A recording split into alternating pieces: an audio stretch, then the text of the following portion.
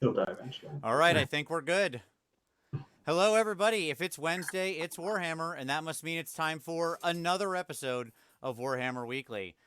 Joining me this week is a big, giant crew, but we're going to start with the boring one. We'll start with Tom. Hey, Tom. How you doing, buddy? Hello, friends. All right. Also, we're in the new format. Ugh. Yeah, It's the worst. I think people like it, Tom. I got positive feedback on the format. But again, keep telling us on the format. We're going to keep messing with stuff and see how it works. So hopefully it's working. We'll see. Well, somebody posted in the chat and said hi. But over here, it hasn't started yet on my stream. Nope, it hasn't started. Like, I'm watching the... Like, I refreshed, and I'm waiting on it, and it hasn't started yet. Okay. Well, we'll see what happens. But also joining us... Yeah. I'll figure it out in a second. Also joining us is the entire Rerolling Ones crew. We've got them all. All right, so Jack, we're going to start with you. Hey, Jack, how you doing, buddy? Jack, I'm the talent. We have Brent. I'll introduce Brent. He's the brains, and Shu is well, that's all three of us. You know, that's It's okay. There's always one of us. Yeah, buddy. Me and you. I'm nice to Shu. So yes, it did in fact start a second live stream. That's what happened. I'm looking at my channel right now, and that's what's occurring. So one moment while I tell everybody, hey, come over to the real thing. Yeah. That didn't work, and I figure this out. So one moment, and I'll fix this. Wow. So there we go. I've already told them. Okay, good. Continue. Yeah. We'll figure it out. Eventually. What's the name of the species? The Raptorix and Furies? Yeah. Well, I asked because like I'm sad that Tom didn't get introduced as the, well, you could be the Rerolling One's honorary Raptorix. Yes. Well, I think a Fury is more appropriate for Tom. I picked the turkey on purpose. Yeah, indeed. I mean, it's legit. No, I get it. I'm just saying, man, we can smell her off. Indeed. All right, so there we go. Hopefully that'll work now. I'm sorry, everybody, for the situation. It even told me it was starting that stream I scheduled, and then proceeded to not start that stream I scheduled. So, we're learning. This is a learning experience. That's fine. We'll get there. We'll get there. It's the worst. I went and dropped the link over there in the other one. Ugh. Yeah. Continue. Sorry. That's fine, Tom. We'll figure it out. At any rate, tonight we're talking about Warcry, and pretty much that's going to be what we're talking about, because we've got the news, which is basically the rumor engine, and we have everything that happened last week, like the giant, reveals. We already did a show on that. I want to get the Rerolling One crew's take on that. Okay, so I don't want to blow by that. But here you go. I already have the rumor engine up on the screen. And yeah, Vince I know what it is. Quiet or Tom is loud. That is an impossible thing. I don't know. The world is crazy. I can lean into my mic if that helps, folks. You were loud. That's the opposite of what you should be doing, Tom. Also, you're really creepy on the screen right now. Oh yeah, well, it's just not the first time. Sure. Here's the rumor engine. Look at that. It's a thing. I know what it is. Do you know what it is? I know what it is. Yes, because you told me. So we all see this thing. So I'm gonna move it it's back on my to its head corner. now. Okay. It is on your head. I'm gonna move it back to its corner. So let's ask our guests. What do you all think this is? That is a headstone. Close. I'm curious to what the runes are. I don't think that's Elvish, but to me, I just think it's something devoted to Sigmar type thing. It's the headstone for Elvish Presley. Nice. Sorry. No, sell that. Birthday cake? Other guesses? I got none. I want to say Hish. I want to say it's something related to Hish. Is that elves? Is that dead things? I don't know. Sisters? All right, Tom, you yes. can stop stringing us along now and just say your thing. He's so proud of himself on this. I am, just because it taps into some of my own discipline studies stuff. So this type of thing has a formal name called a stela. Okay. Does anybody know what a stela is? It's that beer, right, or whatever, or Yeah. No. something. Come A on, man. Stella or a Stella? Like a stela. Huh. It is a type of monument. It kind of looks like a headstone. Here, let me give you a photo from the British Museum. Ooh. I'll lock on to Tom here. Okay, And go so ahead. here is an example. I have many examples of these. What do you notice about all of these? Ooh, Pictures. it's, So, mountain Egyptian themed. gods. It's all Egyptian stuff. It's all Egyptian. That's right, Vince. That's right. Mhm. And when we look at this image, Good this Lord. new image You're that's really been gonna provided, drag this out, aren't you? I am. Look at it. Okay, so we have a pyramid Yes. with beams of light coming down. Yes. I'll drag it larger here over the thing. We so have you can these see this weird one. runes, Beams which of are light. not Egyptian. Pyramid. Yeah. Yep. And then if you look down here, if you were able to zoom in, which Vince is not really, you have a little door with skeletons coming out. Yeah. Down here. Door. Skeleton heads. Yep. So 30K thousand suns. Good job. you Yeah, totally 30K thousand suns. That's the right answer. Hey folks, Tomb King, the reimagined Tomb Kings are coming. They're back. We told you like 2 weeks ago, 3 weeks ago they were coming. Guess what, folks? They're coming. Yeah, I have to actually agree with your call on this one. Like, I have never seen a more clear indication. Like, I've been trying to resist this, but you can go back to your camera, by the way, now, Tom. Yeah. But As happening. Chaos Spawn said, I'm not saying it's aliens. Don't hurt yourself patting yourself on the back there. Indeed, he's gonna break a shoulder. So who's the mysterious figure? Is it Cetra? Is it Krell? Who do you think? It's definitely not Cetra. Good. Yeah, he's a Stormcast.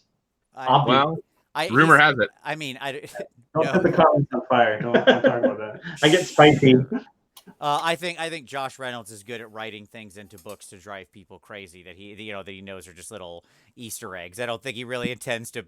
I don't think that internally in the studio they're building whole storylines about what around the little things he throws in.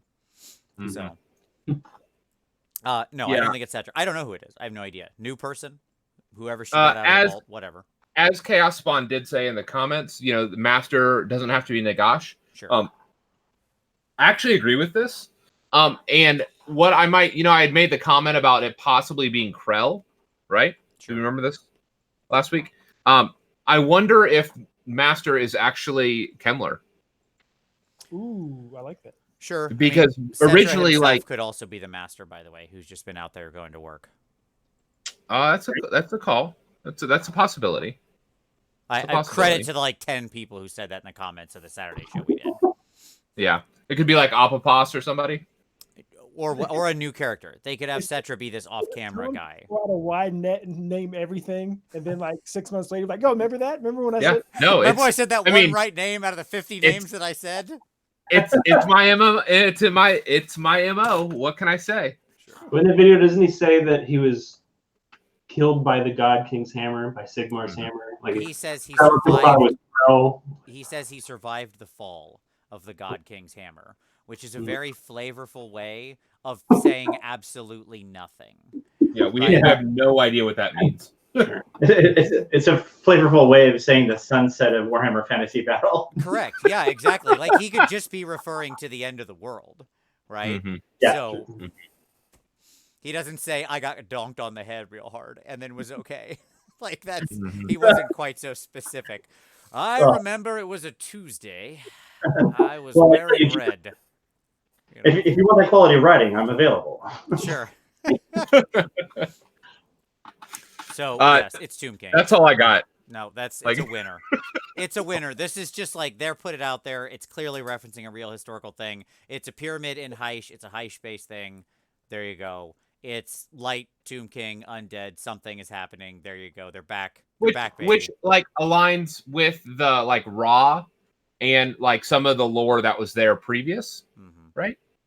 So we with their own, the Tomb King's own positive energy magic, because they weren't empowered by the standard. No, they were shiny absolutely light.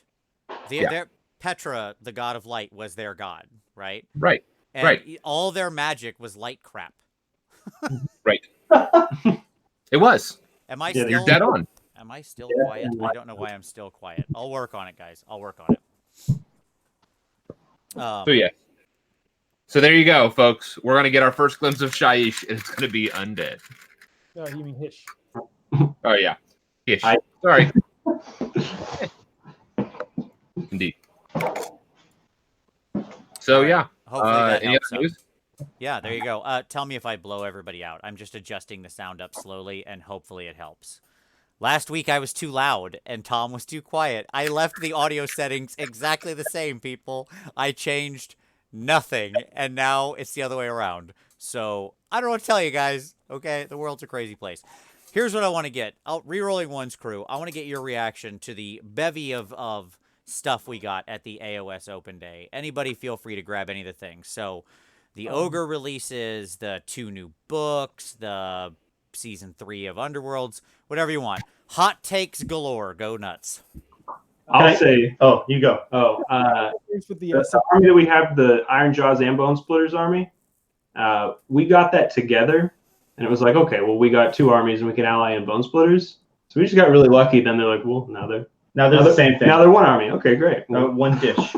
saves us having to paint 2 separate sets of endless spells in terrain.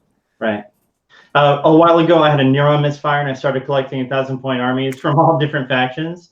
And I've got like 1,000 points of Wanderers out there, and some Phoenix Temple, and we have some Devoted floating around somewhere. And so the announcement of Free Cities, just okay, awesome. I could use my stuff. That's what that means. So, I'm going to be enabled, everybody. My weird army collection will be enabled. Yeah, no, that's it's funny because like the Cities of Sigmar is like if you happen to be either a person who has just like a ton of old stuff lying around like I do, right? You are pumped. This is just because I just actually reorganized everything and realized I had like 8 cannons and just all these old Empire dudes.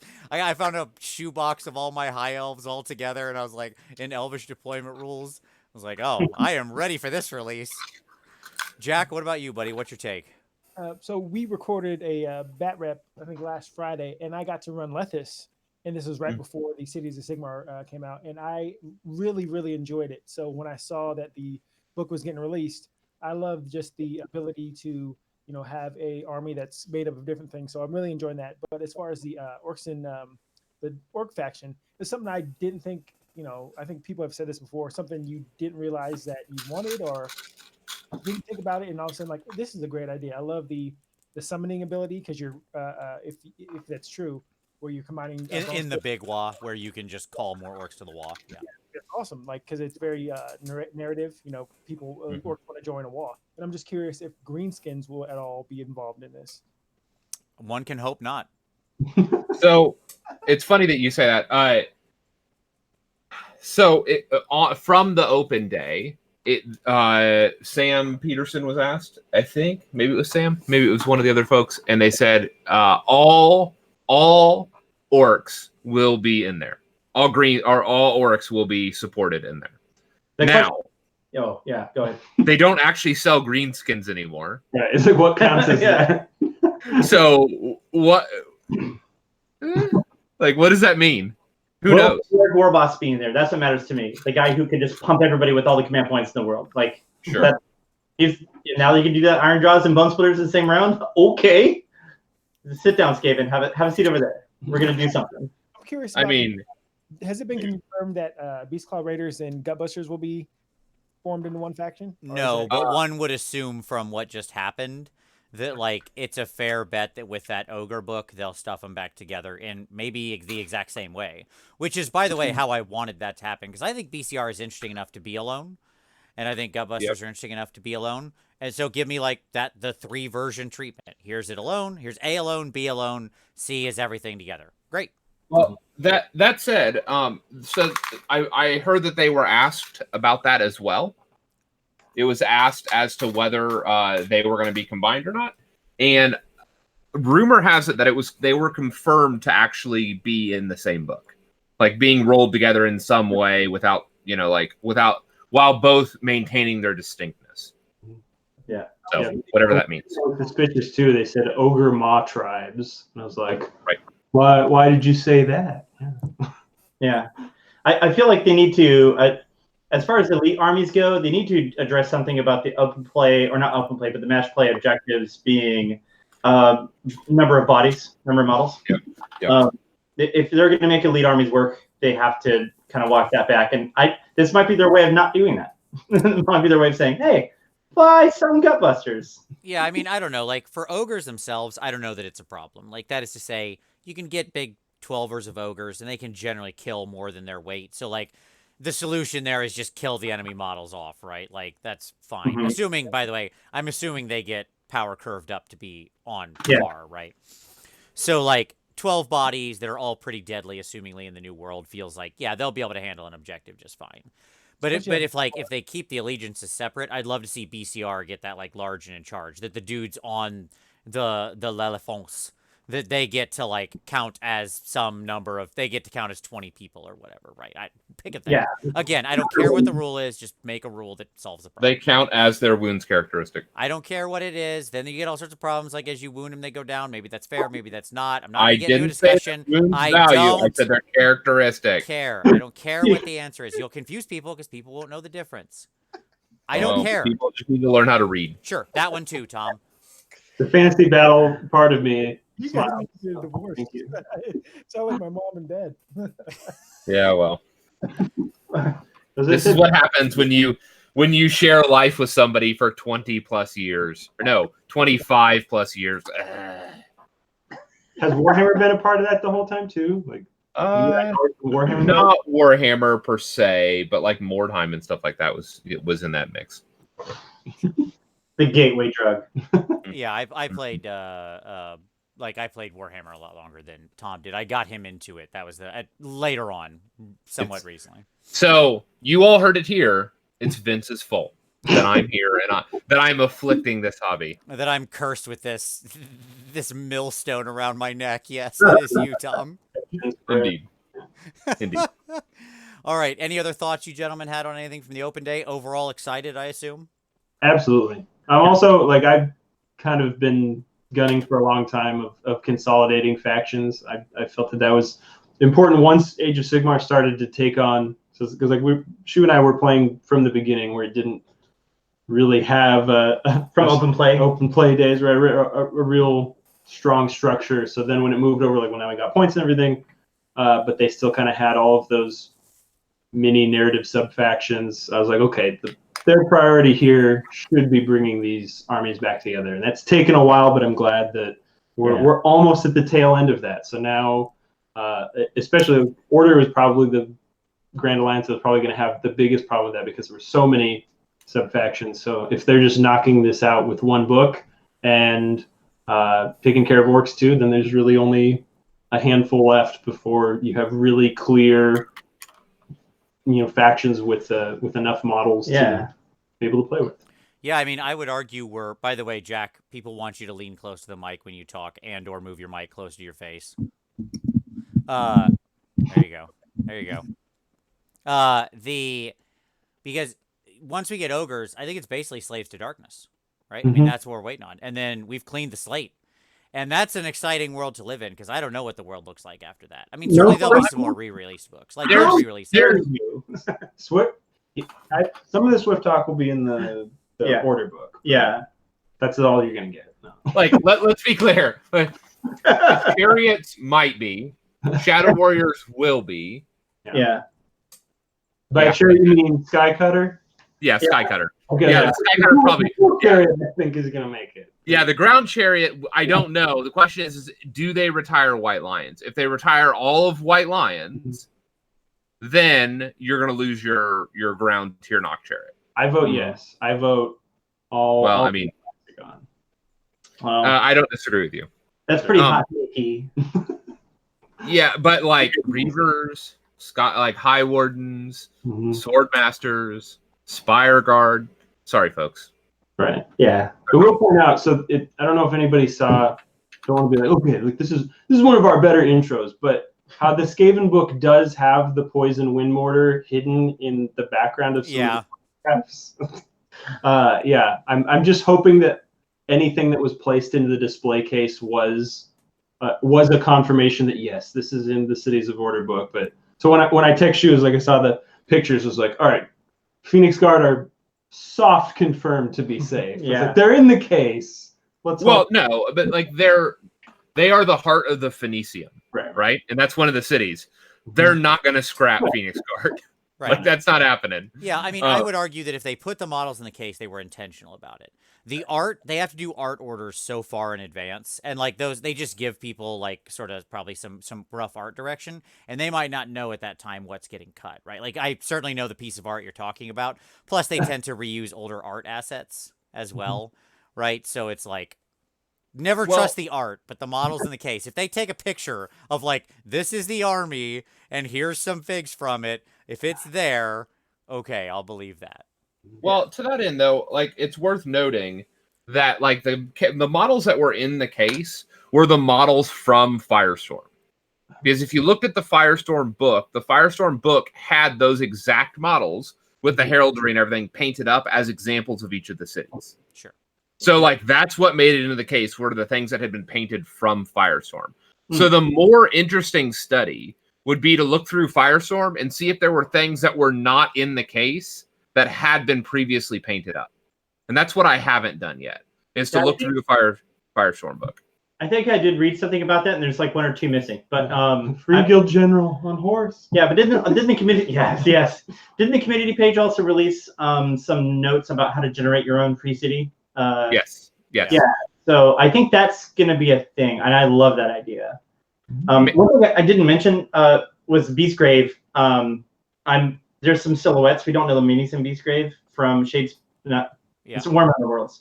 And anyways, there's like a centaur in there that I hope it's a wood elf. It's totally a wood elf centaur. It's completely. Yeah. And by the way, the model with a bow that has that mohawk, right? Yeah. The silhouette. Very War Dancer reminiscent, or like the 80s War Dancers. And I mentioned I just cleaned up all my figs. Like, I went out and was just doing a bunch of cleaning in my basement, and I found all my 80s War Dancers, like a whole unit of them, like the mohawk having 80s War Dancers, or I guess they were early 90s, but still, they feel like they're from the 80s. Aesthetically, they're from the 80s. They are. Please tell me what color the mohawk is painted, because that's really important to me. There's, yellow and pink and blue and every, like, as awful as you can imagine using 90s paints, right? As loud as you can get it. All right. So if this warband exists in Beastgrave, I expect people to paint them the same. That's a requirement. Oh, 100%. As an aside, in the Hollow Heart, there were Swordmasters, like the plastic Swordmasters. Those were not in the case. So, at the very minimum, Swordmasters not in the case, even though they do have them painted up according to the Hollow Heart color scheme. Sure. Also, to real quick, I want to answer a comment. Aaron had said I would cry if greatswords get cut. Greatswords are fine because they're on the cover of the book. It is literally the central guy, so he's good. They're good. They're sticking around. Go ahead. Yeah, my other note about whether something makes the cut. I was looking at like the price increases like between White Lions and Phoenix Guard. Phoenix Guard, I don't know what price increases took place outside the US, but in US, they were both $41.25 when they came out. They stayed at that price. Phoenix Guard jumped up to $45 in the recent price increase. White Lions did not. So there's a couple order kits that are all, they're not on the dollar anymore. So it's like White Lions and the Free Guild Archers. Those didn't go up, whereas the Guard and the Handgunners and the Flagellants all did. To me, great catch. That's looking grim for some of those. But then some of them I was surprised of, like the War Altar of Sigmar didn't go up to 60 like a lot of the other, like the Hurricane did. And since it literally has Sigmar in the name, I was like, well, they can't get rid of that, can they? They could if they can the entire Devoted of Sigmar faction and remake it as something new, or it like evolve it into something new. Like they keep the old sculpts and just like make a new. If they Daughters of Khanet, let's call it that, right? John was in the case, so yeah, sure, exactly. We get one.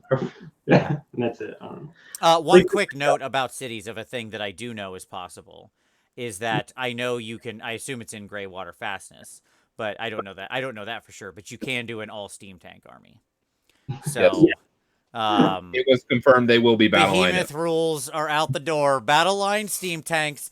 My dream has come true. This is the world I have wanted to live in since first picking up the Empire book in 1997 or whenever it was introduced. This is my dream. Do you have multiple generations of steam tank models? I have 4 painted steam tanks, including every generation they have produced, back to the original tiny one.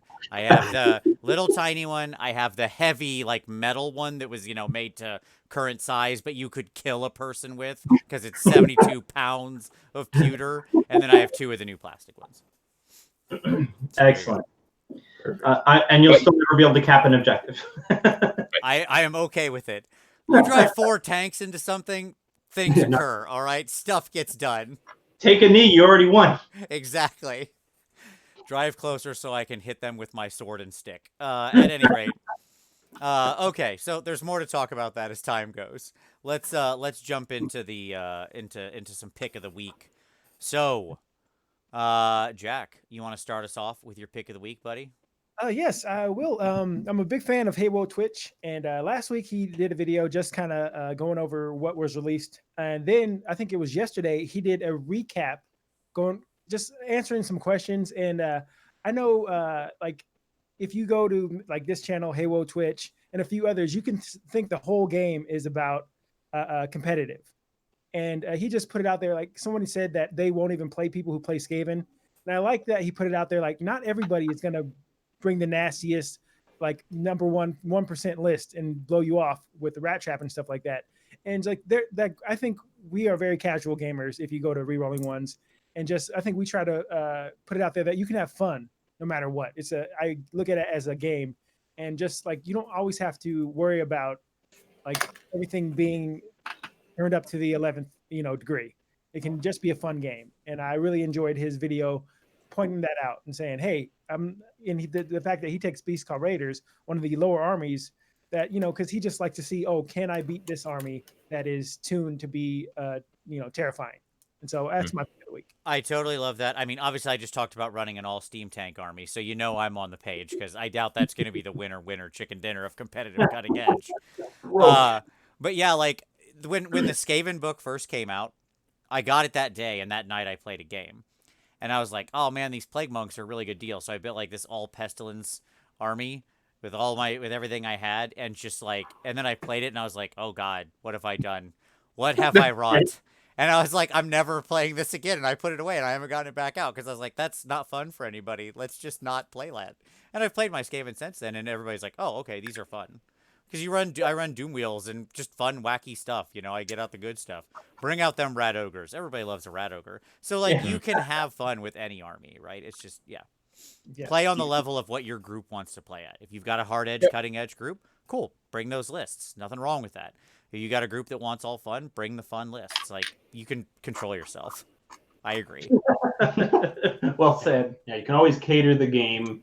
I mean, you always should cater the game to whoever you're playing with, even if, if somebody's more competitive, they're probably not going to have as much fun if you're not playing as competitive. And same way, back and forth too.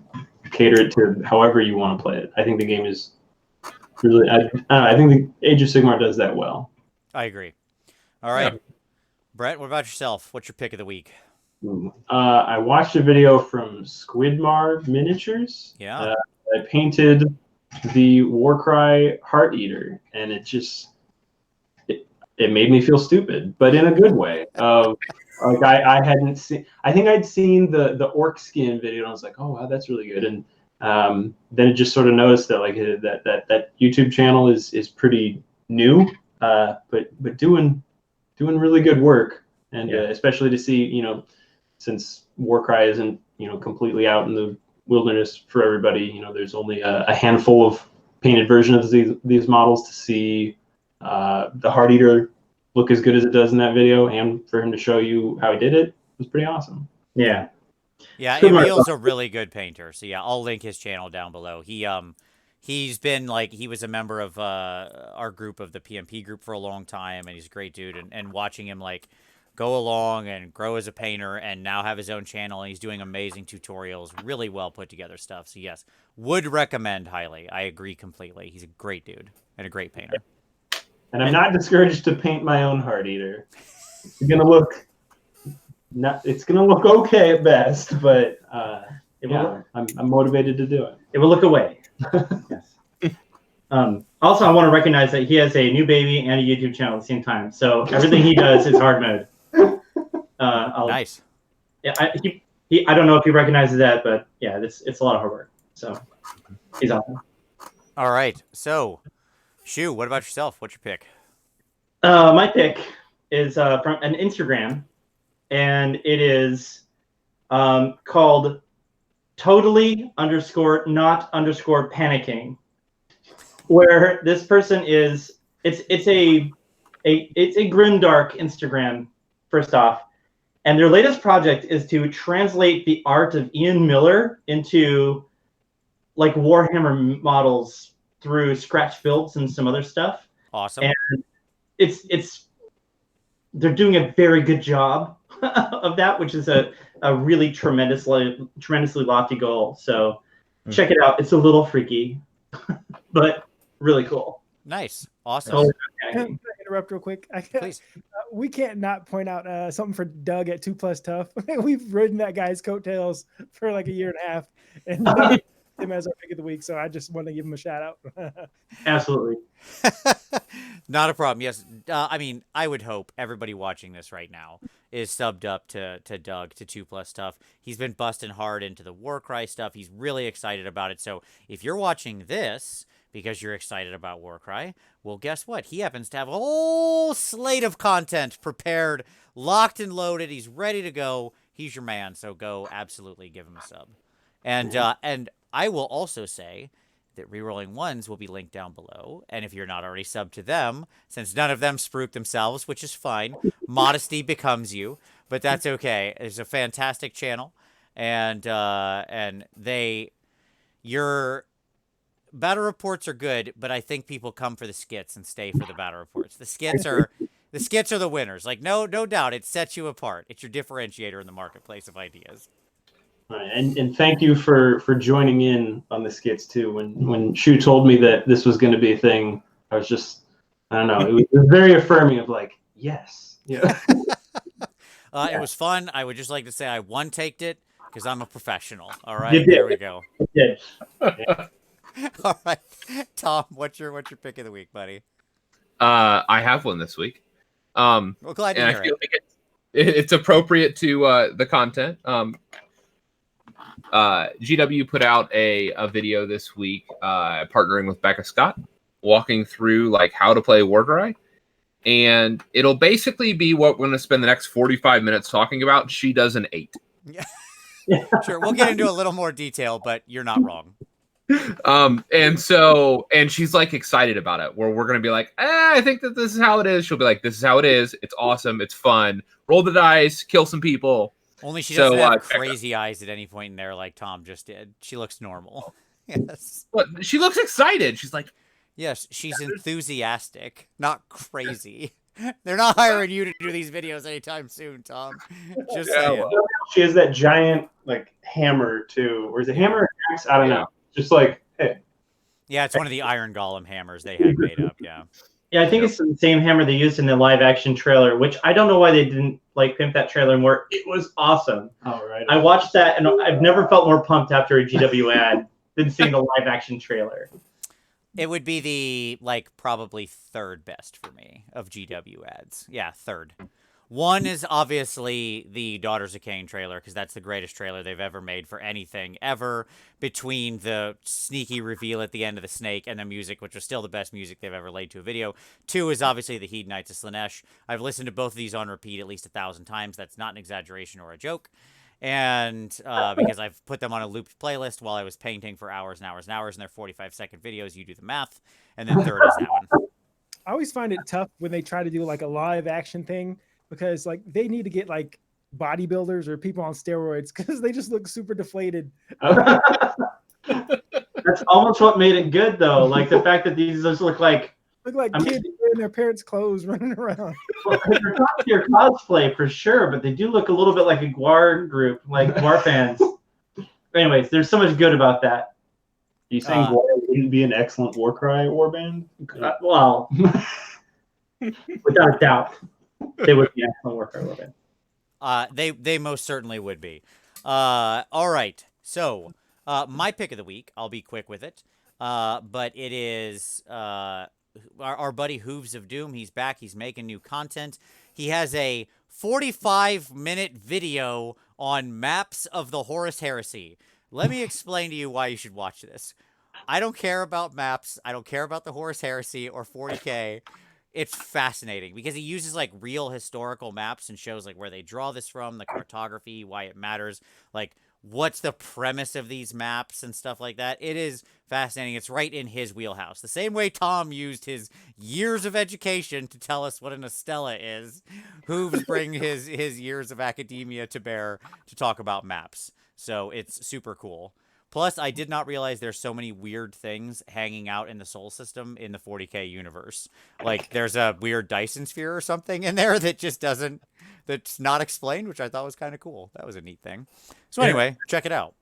A Necron god under the surface of Mars. It's all there. There you go. All right. So, gentlemen, are we ready to talk Warcry? Sure. Shall we begin? We're going to talk about hobby time? Yeah. Oh, yeah, we can talk hobby time. Sorry. Yes, I'm excited to get to Warcry. I'm sorry, I jumped ahead. Yeah, hobby time. That's what Jack's working on. Yeah, Jack. We're working on it. Yeah. What are you working on, Jack? I may or may not be painting iron golems right now. See, Tom says that, so big fan. No, I'm working on iron golems because we're trying to, get some content out. If G-Dub's gonna send us this stuff, we want to kind of use it. But I have a GT next weekend, and so I have a lot of Stormcast on my desk. A lot of Vanguard. I got some Aether Wings I got to finish painting up, and some Hurricane crossbows because I like shooting people in my hero phase. Do I see a giant chicken in the background there? Oh yeah, this is all stuff for the channel. This chicken's been almost done for like 6 months because we were gonna do Firestorm, but that fell through. So Scarbrand, I got just a bunch of random stuff. So sure, it looks like that chicken's about to get taken off when that Maw Crusher hits him. That's the narrative in my head on your desk. If the Maw Crusher gets close. I mean, it's easy enough. We're very fast. I don't know if you've seen it, but we're very fast now. All right, so Brent, what about yourself? What's your hobby time? Both, if you and Shu want to both say we're working on the Warcry set that's right in front of us, that's a fair answer. Right. Well, specifically, I don't have them here, but I'm working on the Untamed Beast and really relying heavily on contrast because I am, at least among rerolling ones, I'm a notoriously slow painter. So the idea of, hey, let's paint a box set really quickly is not something that I would think I'd be ready for, but it's actually coming together very well. I do really like the Fireslayer Flesh contrast paint when that's mixed with the contrast medium. Yep. It's magic. It is pretty magical, and I only flayed one flesh then kind of for the knuckles and like the cheeks, and that is the level of commitment that I'm ready to put to models that are asking to be filmed within the next few days. I love the Fireslayer's Flesh is one of my favorite three. Like, I keep finding excuses to use Fireslayer Flesh, Gryph-hound Orange, and Iyanden Yellow, or whatever it's called. Iyanden Yellow. Those are three of my favorite set of colors out of that set. I just find myself going to that Fireslayer Flesh. That's a hard word to say. Fireslayer Flesh. I don't know. Let's say I got it. Anyways, I find myself going to it whenever I want like a warm red brown. Like even just doing like, other things, mixing in for like pant colors and stuff like that, I think is fun. So yeah.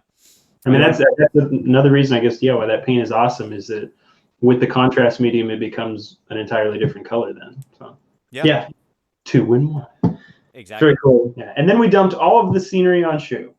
Yeah. Well, I mean, I'm working on scenery. It's built. It'll be painted in a couple days, but because I'm going to phone that in. But I'm working on Phoenix Temple Army. That's 2,000 points of actual just elves. So And birds. Yeah, and birds. So I will have that for the channel. I'm very excited for them. So he's hoping Cities of Order book, Phoenicium, Phoenix Guard battle line.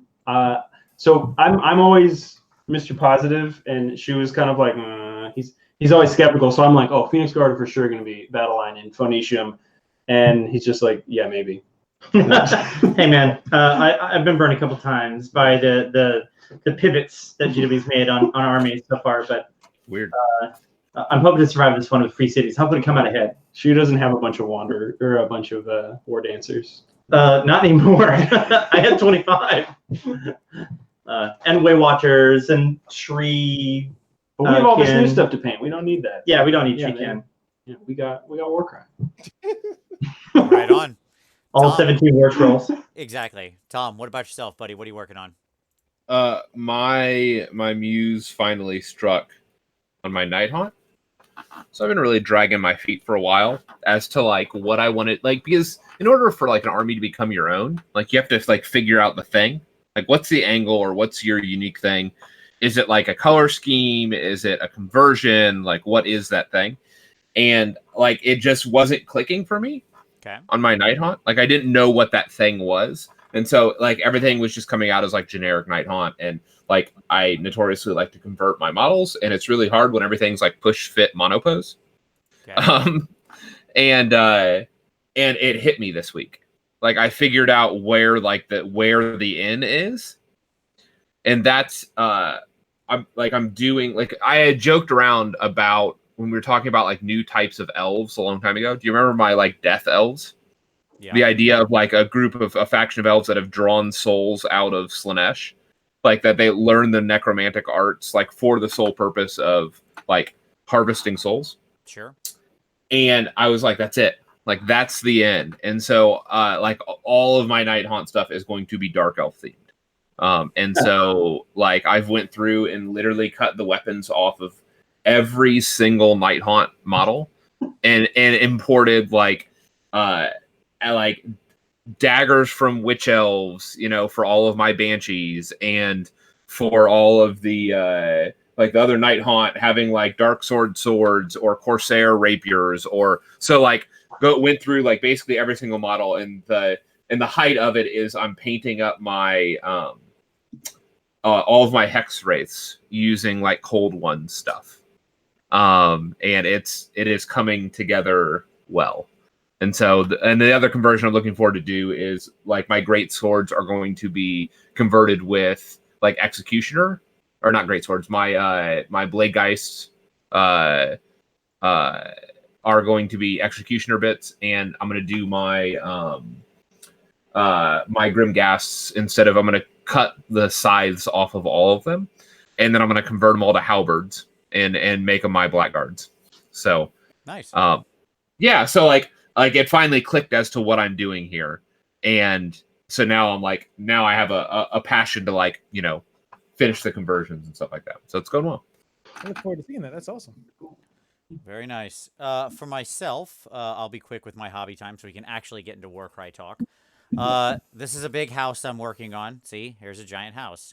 Look at that. It's part of nobody can see that. None of us can see that. I know the viewers can see that. We can't see that. That's all that matters. You don't matter. The viewers matter, Tom. I don't. The show isn't for you. You realize that, right? This is for them.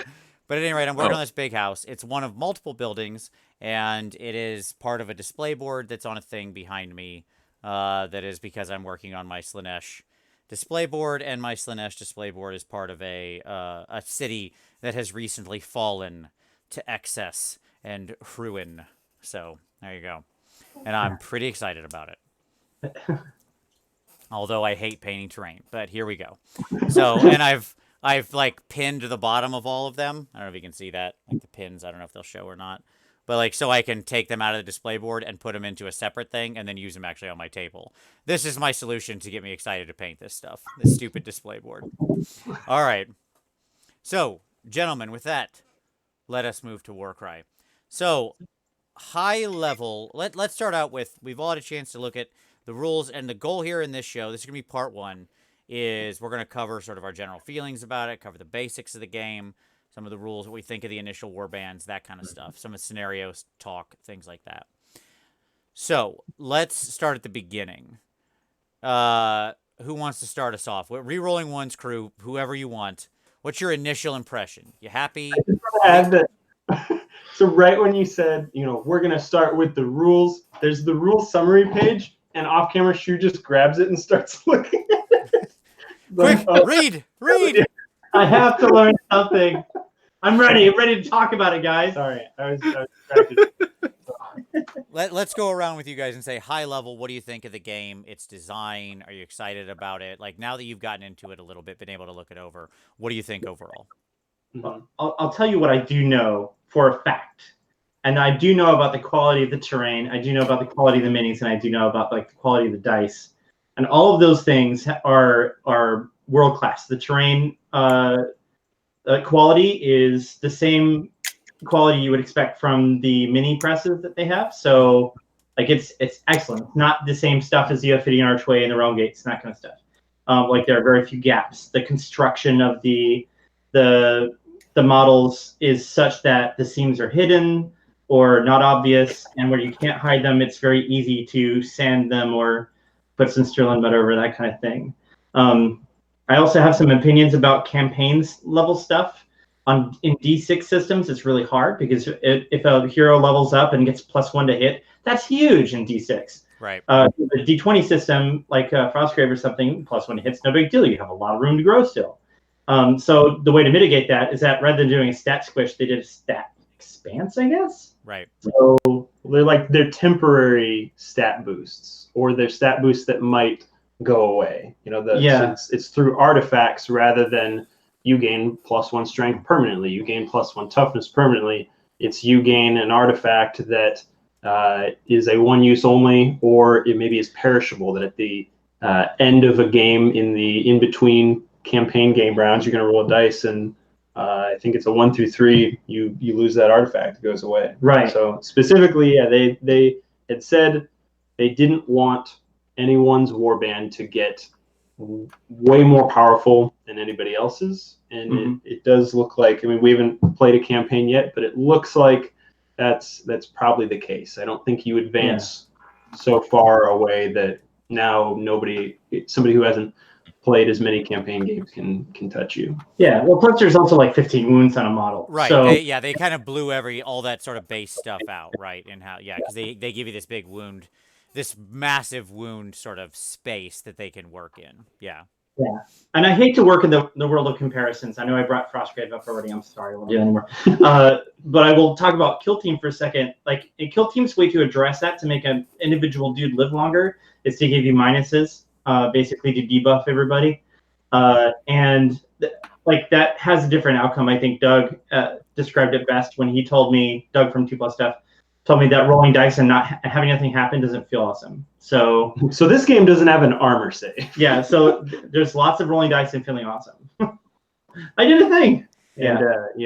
Yeah, I'm amazed looking at it. Again, I haven't played a first game yet, but just started walking through the mechanics in my mind and reading it. It does seem absolutely brutal. And this is a game where things will get smashed, right? That's what this is. Yeah. It's most of the scenarios are 3 or 4 turns, and it's a relatively small board. You start relatively close to each other. There's other ways you can get closer, obviously, through, sort of reserves and other mechanisms. And when you get hit, you often get hit hard. And again, it's a game with crits, right? So it just, stuff will get messed up, which I love. I'm all about it. Tom? Vince likes removing beat toys. I like it when things die. Yes, I agree. It's fun. Yeah, so looking over it, high level, I like it. I'm a bit concerned. So let me start again. Having come from Kill Team, I was really excited to see how the factions were going to get blown out with all of the different abilities. Kill Team had the specialisms, so the training and all that, and the special abilities that all the stuff would get. and like the customization for like your heroes, or if you're functionally your heroes. So those like skill trees, and then all the cards, like spending, your action points, command points, or whatever for the strategy points or whatever they call it, for using your abilities. And like, that's not here.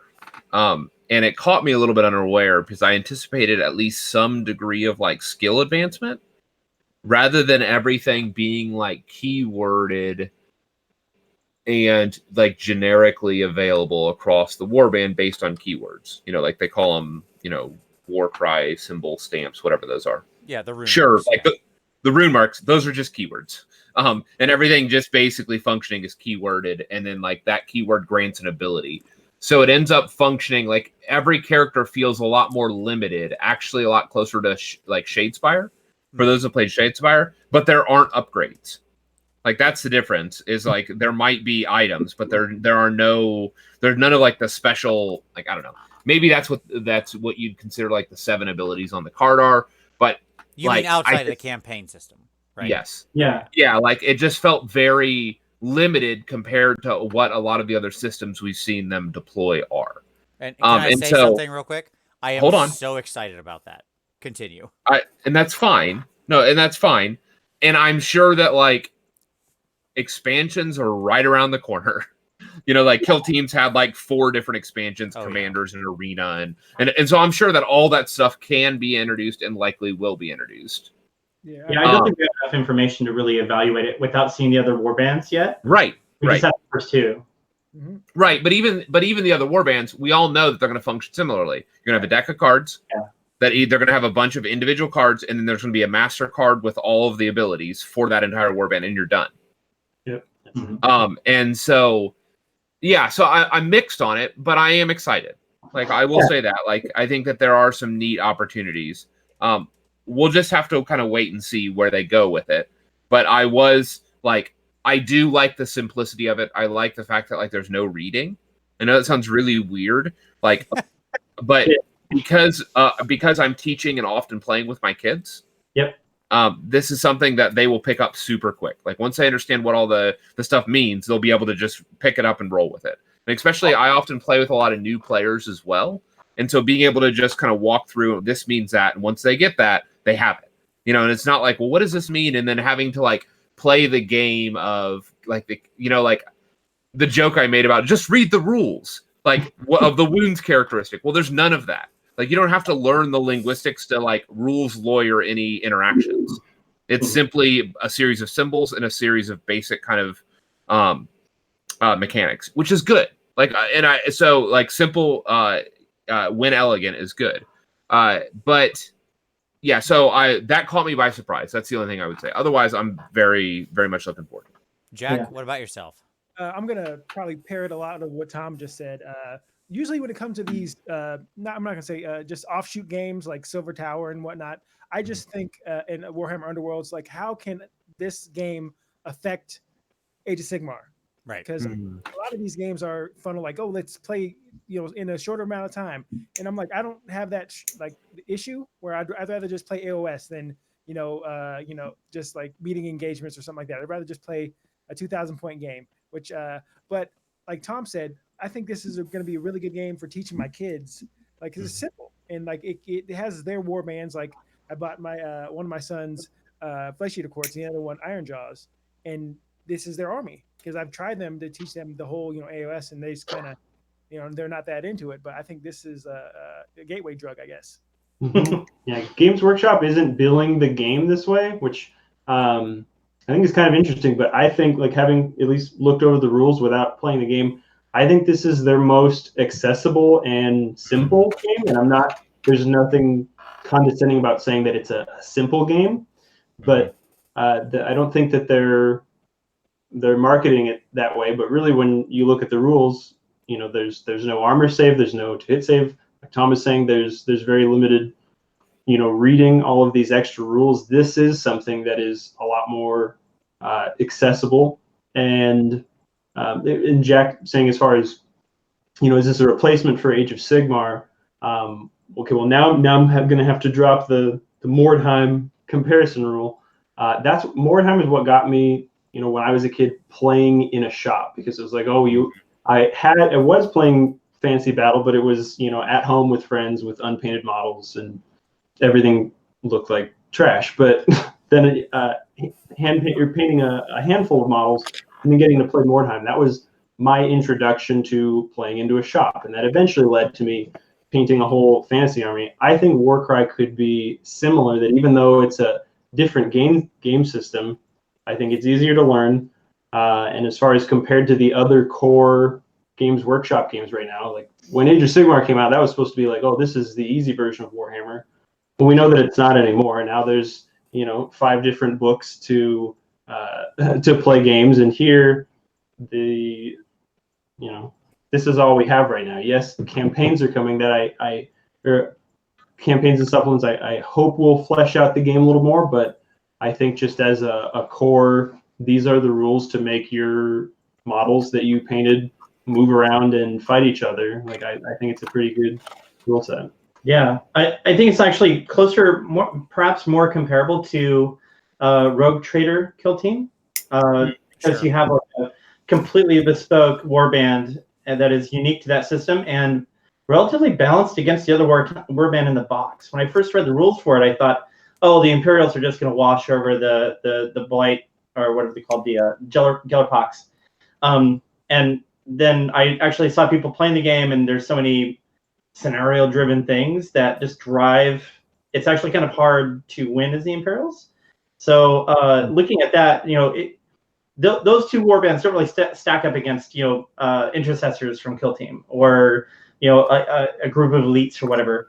But they stack up against each other pretty well. And I think Warcry is doubling down on that, giving you flavorful warbands that are unique to this system, starting with the Chaos side first, and then, they're going to give us rules for using our AOS models in there too, but I'm hoping that eventually they explore unique story-driven order warbands or destruction warbands, even stuff we haven't seen yet, like what we've got now.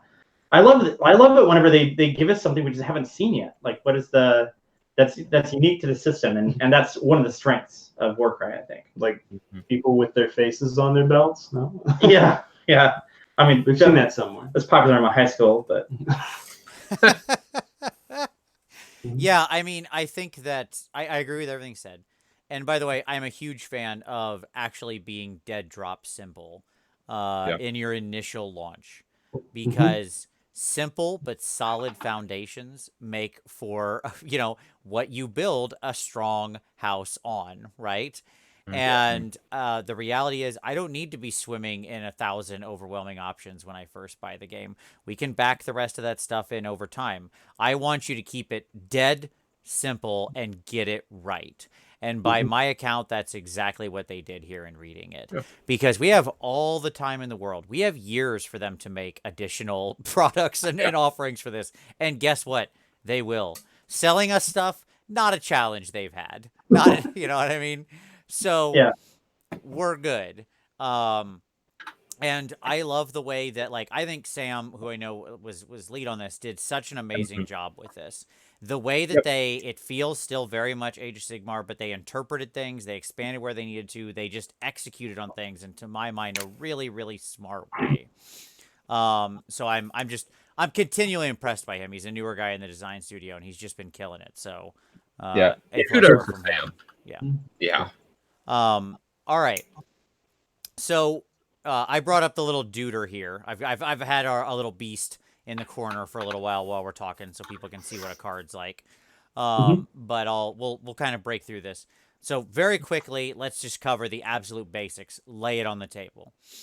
So let's talk standard. Obviously, you've got your open, your narrative, your match play. That's all in there. You've got Triumph and Treachery options, Coalition of Death options. You've got campaign options, all that kind of stuff. The way you pursue campaigns is kind of on your own. Like, that is to say, you and your warband, you pursue a campaign, and by playing games, you're sort of fulfilling your campaign. And we'll talk just kind of standard match play to lay some groundwork here. But ostensibly, you've got 1,000 points, right? And we can see here, I'm going to cover all your faces for a moment as I bring up our little Thrall dude and make him nice and big. Because he is 105 points. And can we, before we jump into that, I'm just laying down basics, Tom, and then we can get into other stuff. Okay. Yes. Then No, we can that's back fine. up. No, that's fine. Okay, so we can see he's 105. All right, this is just off the website, by the way. And, you know, you've got to, as you mentioned, there's no like hit and wound and save. It's all one, you know, fighter has a toughness, fighter has a strength. Compare the two, get a number, roll it, you did damage. Your damage number is very simple. It's the damage you deal or the crit damage you deal. That's pretty much what that boils down to. Your number of attacks, your reach, how far you move, and how many wounds you got. That's it. And then there's all these things you can activate. Basically, you determine it's not a you go, I go in the style of, or I shouldn't say that. It is more you go, I go, whatever. I don't give a crap. The point of it is it doesn't have turns, and battle rounds aren't broken into turns in the same way they are in AOS. You activate fighters back and forth, right? So there's a singular phase where you generate initiative. You've got a hero, a reserve, and a combat phase. And you activate fighters back and forth, take their actions. They can move around, then go punch people in the face. Exactly what you would expect. That's not unlike Shadespire. That's the simplest explanation I can give, right? Like, that's boiling it down to the core elements. There are other things like marks, and of course you have a leader, and of course you can... there's little special abilities you can use in your warband, as Tom mentioned, based on the rune marks when you have doubles and triples and quads out of your initiative roll, that kind of crap. So... looking at the sort of taking the mechanics, Tom, you wanted to go back to something here. Where did you want to start with this? Yeah, like I realize that we can wait until we get to like scenarios, because it's an element. It's something that they snuck in that like you would have had to have read the rules pretty closely to catch, like where meeting engagements influence the design of Warcry. But we'll talk about it in the. When we get to scenarios. So I don't want to, again, we're doing basics right now. Yeah, sure. And yes, there's, I should state, somebody asked about brutes, and brutes are absolutely brutal. I've seen the like brute card, and it makes me very, very, very excited. So there you go. Like, in an unhealthy Slanesh level of absolutely. Yeah. Yep. Nice. A little slam on the bravery there, Brent. Absolutely. Don't you worry about them running away. Okay. So we kind of covered all that stuff. How do you gentlemen want to break into this? Do we want to deep dive on any of the phases, the mechanics? What would you like to talk about first? Right, because we got a lot of different stuff we can go into here. The scenarios, the universal mechanics. What do you think overall the mechanics? Let's just start there. Like, looking at this comparison, you go down, you got a number of attacks, you compare, you roll some dice, you do some damage. Is there anything in there that surprised you? Do you feel like most of the three warbands we've seen thus far, do they feel pretty good and balanced to you? I think the initial ones were pretty solid. I think the initiative roll is pretty fun. There's kind of a long time ago, Shoes talked a lot about how he wanted in Age of Sigmar, so I don't even know how to describe it, but something related to the turn priority, but that there's some sort of resource involved. And that was probably about as much that penetrated my skull. So when I saw this, I was like, oh, there's some choice here in the initiative roll off. I think combining your resource pool of the ability dice that you get to use your abilities, and then also to figure out who goes first, combining that into one roll, I think is pretty cool. Like Jack and I just did kind of just some back and forth, like, okay, let's see what we get. Let's just test it out. Just roll a handful of 6 dice and then seeing, oh, well, I got 3 singles, a double, or, well, okay, math is hard. No, three singles and a triple. Let's say that. There you go. Yeah, and then you're adding that wild dice where then you get to pump up, either turn a single into a double, a triple into a quad, or add another single to try and take the initiative. You seize the initiative, take that turn priority. Just combining that into one roll. I haven't played really any of the, if this is a thing in Kill Team or if this is in Blackstone Fortress. I don't know, any sort of side 40K game I haven't played, but does anybody I haven't seen a mechanic like this in a Games Workshop game. Is there? Or is this kind of the Warcry? Yeah, I would say it's. Go ahead, Tom.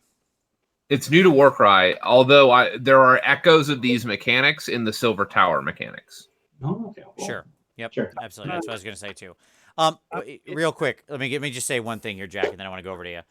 This is good designing at a 45-degree angle, which I've talked about before, because the initiative roll is 6 dice. Everybody who's playing rolls 6 dice. It's true in like Triumph and Treachery and Coalition games as well. And the person with more singles wins the initiative because singles are less valuable. So if you have a more valuable roll for special abilities, you don't get to go first. So there's this natural tension.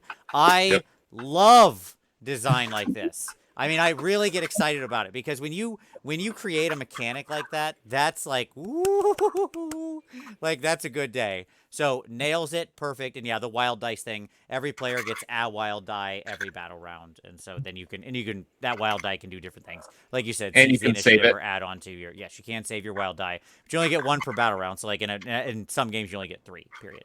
All right. Jack, I'm sorry, buddy. What'd you have? Oh, I was just gonna say I really like it because it's like a little quick game of Sparkle right before the game starts. So, Tom, stop making noise. All right.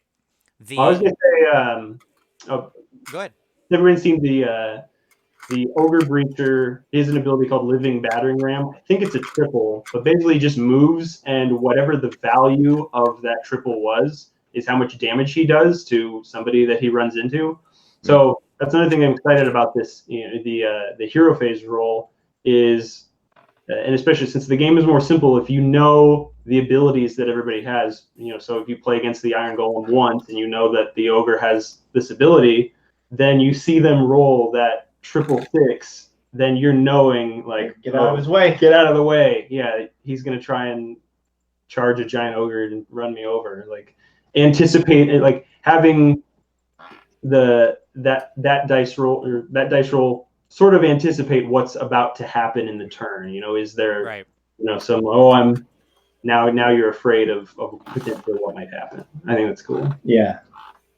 There's I agree. Go ahead, you. Oh, sorry, man. Just in general, when you the thing that did throw me off about the mechanics of the game are whenever you take player agency out of the picture, it's generally a feel bad, like not being able to do something about what another player did. So an example of like, oh, well, you've hit and wounded me now. I have a saving throw. Like mortal wounds are the perfect example of this. They just like, you know, remove the other player's ability to do anything about it. So the initiative phase certainly has that locked in. They created a currency, and they also have added some elements of strategy, which we're kind of diving into now. The actual combat part is absent of the agency, where I feel like there's a lot of room there to put like new rules to add things to respond with, or you know, whether it be items or something else, or they just don't spend a long time in that phase. It's I roll, then you get to roll seconds later. So that doesn't feel as bad if you're knocking the other person as hard as they hit you. Especially in a 3-turn game, what are you gonna do? Live forever? Right. So I think it's fine that if you're standing there with one model and you don't get a saving throw, you get punched in the face, take a bunch of damage. Well, then you get to activate a model and you get to do the same thing, you know, right back to them. Yeah. Yeah, I also find absolutely the mechanics of that you don't just have to like sort of move and punch, that you can also pull tricks like wait, assuming you can take the hit, somebody comes to you and then you strike them back, right? So you're there ready to catch the faster moving person. So like you could only move 3, but they can move 6. You know they're coming to you, so you just wait. They come to you to try to hit you, don't kill you, and then you just punch them back into the ground, right? Like there's a lot of interesting back and forth there that's happening that I really enjoy. It's easy to play and hard to master stuff. That's really good. Yeah. Right. I mean, even the fact that you have to sort of choose the order of operations of like, I'm going to activate this guy and that's going to move him here. And then they're probably going to activate this one. Anytime you get into that quick back and forth feel of things, I feel like that does eliminate some of that feel bad, right? Because you're never more than a minute away from you being able to respond. That's how I lose at Shadespire. Indeed. All right. So, we should so like the way that abilities we've hinted around this. I want to put a real fine pin on this. You roll initiative 6 dice. Let's leave the wild die out of it for a moment. Let's say you get one single, a double, and a triple. Every warband has a set of special abilities keyed to rune marks. Anybody who has the rune mark, the little icon on their card, can use the ability. And the ability says doubles. Use your doubles to do this. So you can like burn off the doubles to do this thing, right? Or you burn off the triples to do this thing, or the quad to do this thing, whatever.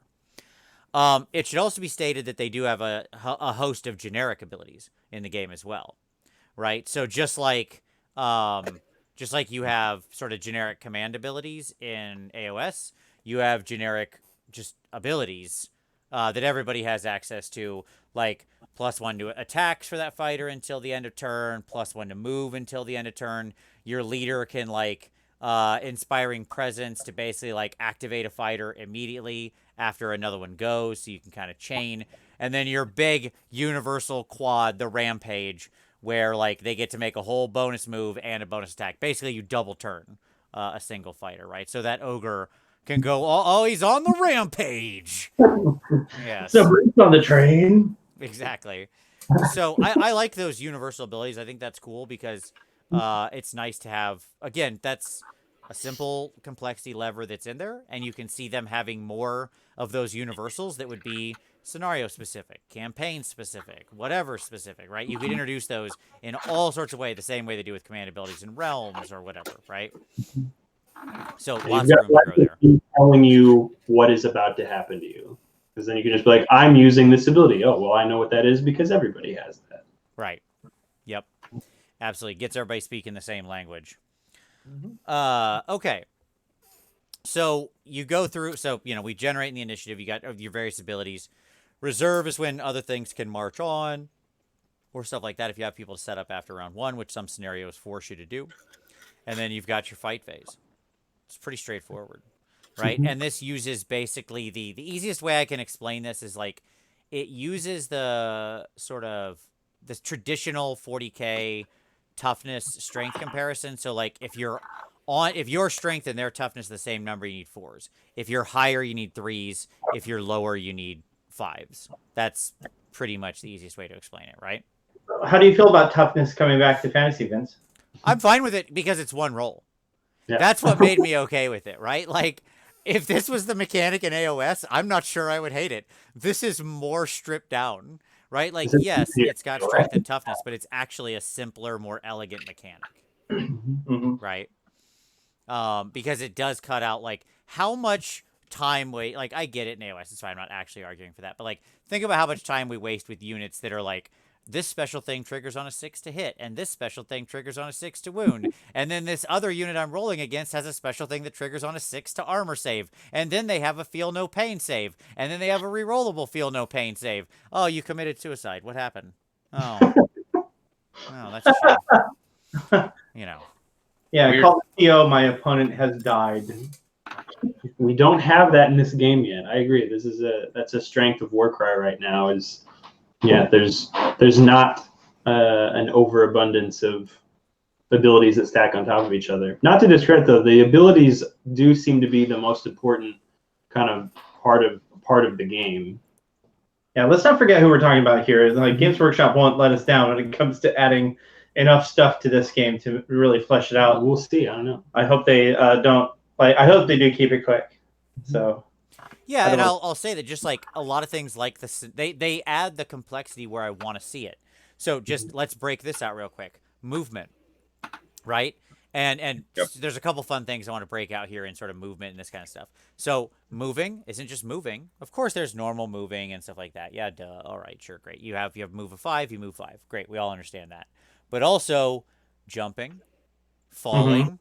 Yeah, boy. You know I like to see falling back in a game. There's nothing more fun than watching people fall and break their necks. Maybe my favorite thing ever in Wartime. I'm glad to see it back. Jack, yeah. Are you a fan of this kind of like all these other movements and using 3D terrain? Like, do you generally like to have some height and 3-dimensionality to your terrain and interaction with that? Yes, I'm a big fan of it. It's just, more options, because AOS can be a lot of like, can my guy fit through here? No. Well, if he can't, maybe he can climb up here. It's very simple. Climbing is easy. And I'm a big fan of it.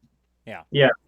Do you like other obviously good things like money and Hey, look, some people are not all about this sort of thing. I think they're crazy, right? Like the first when Tom and I way back at the beginning of AOS when it launched did our like Mordheim rewrite, one of the first things I said was we got to get falling and jumping and crap back in this game. Let's do it because that's what I want to see in a skirmish game, right? I want to see that stuff.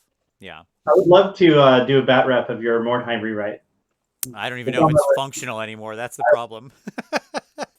Yeah. I want to look. What is the damage on the? Because I remember I was really excited too about like yes, like you can fall, you can take damage, you can hurt yourself when that happens. I want to try and look. I thought the falling damage was pretty forgiving. If it's more than 3 inches, that's where it starts to matter, I believe. And right, I know that you only take damage if it's more than 3, but even then, I don't think you really take that much damage. I don't know. Yeah. Well, you have the book, so you look that up, and I'll talk about how often the cat is. The cat, if it's diving on somebody or moving upon you from elevation, it just does 2 damage. Like it starts off, hello everybody, I'm here. What if it uses that ability? Yeah, somebody's taking some damage, and now it'll attack. Right. So nobody has any special rule just built into them. It has to be that they're using an ability where they get to, when I jump off of something, I do damage to you. Yeah. And so is that ability unique to the cat, or is it? Yeah, anybody can use it? No, it's called Pounce. It's unique to the rock. It's his rune mark. Yeah. It's unique to anybody that has that rune mark, and he's the only one that has that rune mark. Right. Yeah. Maybe somebody else is just gonna be like, ugh. So Vince, I detect that you and I are kind of the same kind of gamer. We like the wacky stuff happening. We love dice rolls, randomness, and I love it whenever something is the rule is just visually obvious what just happened. You just had a line drop in your head, like. Moving on. Yeah. I think it's great. Yeah, there's a super grok ability to it. Which is gonna like just a real quick note on that. They talk about like obviously there's objectives and there's treasure in the game, right? Like some of the scenarios drop treasure around. To pick up treasure, you move near the treasure and you pick up the treasure. You can drop the treasure and give it to other people. All fine. But what I love is you can like when your fighter dies, you can like drop the treasure within like an inch of him, but it can fall. So if your fighter's like running along an edge and gets creamed, he can be like, take this, and just like throw the treasure over the side down to his buddy like 6 inches down the drop, which I'm like, yes, this is good stuff. Okay. Get it. So it looks like impact damage is on a 4 or 5, you allocate 1 damage point to that fighter, and on a 6, you allocate 3. Right. So that's cool. Again, I just have to, I guess we'll just have to play and see how that really factors in there. Is that, but in my mind, I want to be like, I want to break both my legs when I fall off a building. Like I want that to be brutal. I do want to point out, like the terrain doesn't really stack. So there's no, at least following the rules of how they tell you to build the terrain, they don't have anything like this that stacks up. So the highest anything is going to be is generally 1 floor or 1 story. That might be part of the reason why. And it's less than 3 inches, right? So really, I guess the bell tower, like, you swan dive off of this thing. Yeah. It also. Alternatively, you could just build it higher. There's another option. We've got lots of pillars, and you got the Arcanite ruins, and you can just start shoving stuff together. Yeah. There you go. Yeah. Now Brent, the problem right there. You cracked the code. I guess what I'm saying though is that maybe the rule reflects the fact that the terrain isn't specifically high in this system. So, but maybe that's kind of bigger terrain. Yeah, fall off stuff. Sorry, this house is pretty tall. Get up on that roof, you're good to go. You'll fall way down. That's ready to go. Yeah, there's no rules in here that limit how big your terrain has to be. Yeah, not like the GHB. No. Not like the new General's Handbook terrain. Oh my gosh. Sorry, we won't get into that. It's a sore spot for all of us, and as I said, we have all universally agreed that we're forgetting those rules. We don't remember them. Actually, I don't even know what you're talking about. What terrain rules? All of my custom terrain is too big. Tried it just to try it, and I was like, oh yeah, this is. I wanted to be the contrarian, like, it can't be that bad. But we tried it, and like, this is unplayable. Yeah. Jack and I tried to be real positive, and we were quickly disappointed. Yeah, it's there to let Sylvaneth players have terrain. Basically, it's to let them put wildwoods down and that kind of thing. That's what it's there to keep the table sparse. But it does. Yeah, but maybe it doesn't. Anyway. Yeah. All right, so let's talk about actually generating a game, because obviously this is another really interesting element, right? So to generate a game, you've got your 4 decks of cards. Each one has their little symbols on the back of them for what they are. And when you want to start a game, the way you can generate it is obviously you're going to flip one card from each of those decks, and it's going to give you basically the 4 elements of it, like the terrain, the deployment, the scenario, and the twist, right? Mm-hmm. And there you go. Like, okay. Did it. So this is back in GHB 2016. I remember Shu and I were not, and this is before, well before the channel. We were not super stoked on the match play scenarios. We were just like, well, they're fine, but we felt like they didn't really, I don't know, they weren't really what we were looking for. And then they released those open war cards, and all of our games were done with the open war cards. So, but again, that was, like, here's a separate thing you have to buy. I was really excited to see that this is built into the mechanics of Warcry, that these cards come in the set. Like, no, this is how you make a game. And I know we had a lot of fun just doing that, with the open war cards. So I'm expecting that same level of excitement of, what's it going to be? Especially, I haven't looked through the twists, but again, so kind of this ties into, I want to take a bunch of damage from falling. I hope there's a few twists that just like make you groan. You're just like, no, especially if it's like an important campaign game, like you're trying to play your convergence and move forward, and it's like, and you draw I don't know if the twists are predetermined for convergences, but either way, I'm hoping there's some that you're just like, here we go. Yeah. Here we go again. I expect that people will probably house rule remove some cards from the deck. We call those people weak. They're weak. Yeah, like we're gonna add worse twists to the deck. That's what we're gonna. There you go. Yeah, and I also like how easily it flips over to sort of a standardized match play, because they have set sort of scenario deployment situations for battle plan, whatever you want to call them, for match play, right? And so if you want to like just have a game using all of the elements we've talked about, boom, you flip 4 cards, you're off to the races, done and dusted, right? But if you want to use some of the more match play rules, okay, cool. All you do is you take out the battle plan and deployment card, and instead you roll randomly on like the match play battle plan tables, which have the deployment baked into them, and you still flip a terrain and a twist card. I love the twists, still part of match play. Nope, you don't get to escape, you match play cheaters. You're still dealing with this too. So yeah, like, it's just it's so easy to play between these two different styles. I should point out that like the Triumph and Treachery also does fun stuff with this as to how it introduces it. We'll dig more into all the Triumph and Treachery stuff later in part 2. But like, I love everything about the Triumph and Treachery so far. So good stuff. Yeah, a bunch of different ways to play the game right at release. I kind of mentioned, so like I mentioned Mordheim before. This is another way I've been kind of thinking about the game as I'm looking through the rules, is that, I know we haven't talked about the campaign stuff. Maybe we'll probably get to that, where maybe it feels a little light for anybody that was like Mordheim, like really looking to have a campaign intensive type of game.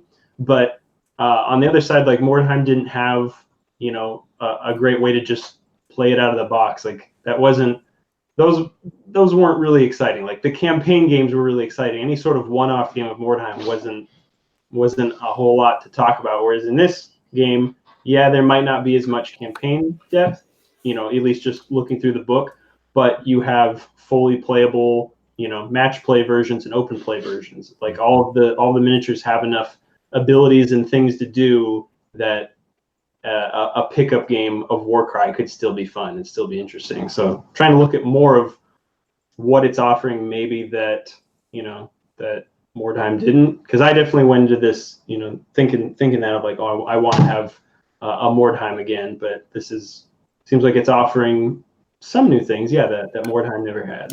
Well, and let's be honest, the Mordheim campaign system, all the good scenarios and sort of the additional stuff was just like either came out later in Town Crier or was supplementary, because like doing a campaign of the base 9 scenarios was suicide inducing the 8th time you rolled the same scenario.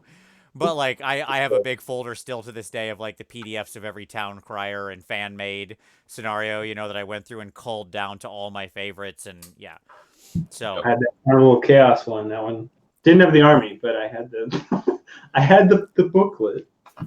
So I want to take a minute here to kind of walk through a scenario and just kind of talk about it, because they're really interesting. So we'll just take one quick sample battle plan here. All right, and Tom, if I've got some others you want to break through, that's fine. But I want to use this one to kind of frame the story, okay? Yep. So, and if you guys, I know you guys have your book or whatever. So the one I'm looking at is Battle Plan 2 in the match play section, which is blood marked. Okay. So I'll just kind of give a simple breakdown of blood marked. We should mention the board. I don't know if we mentioned the size of the board. I think most people know, but it's 22 by 30, right? So just kind of that's what we're talking about here. That's what you're setting up with terrain. So remember, yes, remember you're still going to flip a terrain and twist. So that's going to be, that could be whatever, right? And this one sort of setup has a certain place that reserve stuff comes in from, and whatever at a certain starting point has your. So let me jump in there real quick. For those of you that have not become acquainted with the meeting engagements, like in meeting engagements, you have like 3 like sections that you deploy your forces in. There's almost the identical rules in this that you will do in every skirmish game. It's called like the sword, the hammer, and what are the 3 terms? The shield, dagger, sword, and shield. Yeah, dagger, sword, and dagger, hammer, and shield. Dagger, hammer, and shield, and they're basically your like vanguard, like core and reserves or whatever from meeting engagements, and like 1 unit has to be in each of these. And they're going to deploy in different spots of the board. And like that aspect of meeting engagements is like integrated into basically all of these scenarios. Right. So just understand that like that aspect of meeting engagements, if you didn't look forward to it, it's going to be present in this game, like by default. Well, and a couple things to that is it's basically impossible to actually stop people from bringing stuff on, which I'm not sure is true in meeting engagements. Like you can get your stuff on. It's the size of the board means that people are, no matter where they're marching in from, it actually makes it really interesting because you do get fighters coming in generally good places and stuff like that. So like I actually really like it here in the skirmish setting because I think it deploys well, whereas I'm not sure it worked with meeting engagements and whatever. I mean, different argument, different time, but nonetheless, yes, all that's in play. What I think is cool about Bloodmarked, what I wanted to highlight was sort of the nature of the interesting win cons they've got in this thing, right? Yep. So, just a quick rundown of how you win this thing, because I think this says a lot about the game. So, at the start of the combat phase of the first battle round, starting with the player who has the initiative, each player picks a fighter in their warband to be the Bloodmarked, right? That fighter must be on the battlefield. Okay. The VIP. What's that? The VIP. It's a classic arena shooter thing. Exactly. And then a player wins the battle as soon as their opponent's blood-marked fighter is taken down. Right? Yeah. Like this is that's pretty great. Like nice, simple, easy. That guy's the marked dude, kill that dude. And they play around with a lot of different interesting stuff. It's not all just like go stand here. Right? Like that's what I think people coming into this might expect all the objectives to be more like AOS where it's like here's a thing standing there on the board, go stand near it. And yeah, sometimes that's the case. Like that's in play too. Right? But they play around with alternative scenarios as well, which I thought was awesome. I'm excited about that too, because that's something I don't know, talked about a little bit of like, man, a lot of objectives, like all the match play objectives. It's just control an area, whereas opposed to back to those open war cards. Some of those were kill the general. Like okay, right, kill is great. Yeah, that's what I signed up to play this game to do. Yeah, exactly. Jack, what about you? How you feeling about that? Like, I mean, do you like the various sort of quote unquote alternate win cons? Oh yes. I'm just agreeing with everybody. I can't really add nothing new. I'm just gonna repeat myself, but yes, I agree. Just like when you go to a tournament match play, it can be samey. You're like, okay, that's a big thing about the new GHB. Like, it's the same missions, just switched up deployments and whatnot. And so it can just be. I enjoy that. It's something different. Yeah, 100%. My sort of one of my favorite things in Mordheim. One of my favorite old scenarios was like it was the one where there was like a sleeping monster. and you had to go raid his treasure, right? So it was like then your warband would get into a fight with like a young Daddy. chimera or a young dragon. Yeah, what we always called Don't Wake Daddy, where we fought the giant, right? But like the element that I enjoy is that like things like that are easily in here already from the start through like the monsters that show up. Through like we haven't talked about it, but some of these games, it's gonna put the Furies and the Raptorixes and all the other monsters they're going to introduce because that's coming into the game. They want you to buy boxes of chimeras. Right. Like that's the thing. Yeah. They want you to buy a giant box, and so they're going to give you a reason to do that. I have a Lamasu. Please, Games Workshop, give me a reason to use it. No. No. That's dead to them. They might release a new one. Lamasu too. Like That's the only Lamasu. Mm-hmm. The other thing I'll point out is that what I like as well about the stepped deployment is that in some of these, you're not marching in from the edge. Right? That is to say, some of these you're actually starting like sort of midfield, as it were, or something like that, right? Like there are games where you're going to start like in kill range of another person, basically, right? Of an enemy fighter. Yeah. And deployment's going to be really important, being able to like counter strike. Yeah. 100%. All right. So anything we haven't covered on sort of that match play stuff that you gentlemen wanted to touch on? I mean, I feel like we covered most of the basics here. Yeah, that's a section I haven't looked at enough. So, no, you guys did great. All right, so now I want to spin over and we're going to talk about some narrative, okay? Because there's a lot of different stuff in here. So, Brent, you want to kind of take us through what out of all of this has you the most excited? Because honestly, this is the section that has the gas in the engine for me, right? Mm-hmm. I agree with you. Like, we've already, in my group, said, we're firing this up. Let's get this campaign going, right? Like, we know this is happening. I already ordered, like, when I ordered the card sets for the other existing warbands, I was just like, everything that anybody might want to play, let's do it. In for all this crap, right? If it's any armies that anybody has. So, yep. Yeah, well, I like the approach of you've got your own campaign.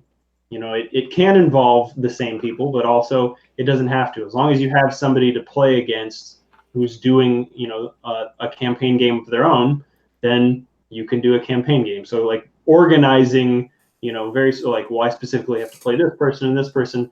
That's where, we had kind of a tough time doing Path to Glory. We got through it, but again, the next game has to be between these two people, or maybe the reason why we never got going with Firestorm is that planning out people's schedule can be really difficult. So I think they addressed that, they addressed that. I'll kind of see how it plays out when we actually give the campaign a try. But at least acknowledging that this is an issue that people have trying to put together campaigns, and it's probably a big reason why a lot of people don't start them.